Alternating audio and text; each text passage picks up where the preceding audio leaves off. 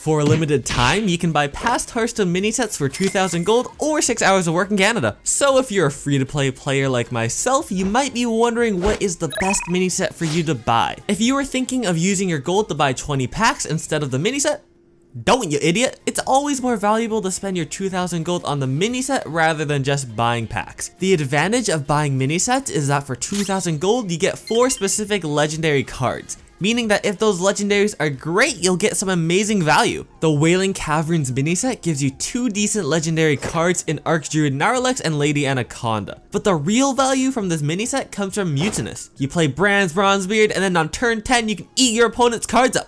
And that's probably the only thing the mini set is good for. It's not that the mini set is bad, it's just that the other mini sets are better. The best cards from this mini set are Whetstone Hatchet, which is an essential one of in Questline Warrior, Primal Dungeoneer combined with Wailing Vapor for a base of Elemental Shaman, and some Death Rattle Demon Hunter cards. There are also some one-off cards which are good in specific decks. Other than that, the cards just aren't as good as the other mini sets. Don't get me wrong though, if you have 2,000 gold lying around and you feel like buying it, go for it. But if you're torn between all 3 mini sets, I'd recommend this one last. Most of these cards just aren't strong enough or don't have support. The Deadmines mini set from the United in Stormwind expansion not only has better legendaries, but better cards in general. Mr. Smite is played in almost every aggro deck that doesn't run Drekthar, and Edwin is great in some rogue decks, but to be fair, it's also seeing less play now. But what really makes this mini set good is how good the non-legendary cards are. Moonlit Guidance and Jerry Ray Carpenter carry Ramp Druid decks. Multicaster is just a generally good card, and there are so many strong one-off common cards in this collection. Overall, this is a strong collection, but should you buy it over the Onxyia's Lair expansion? The Fractured and Alterac Valley expansions gave us 2 of the best legendary cards for control decks right now, Kazakhstan and Raid Boss Onxyia. Maida is also good in Death Rattle Priest, but a 39% win rate class, so yeah.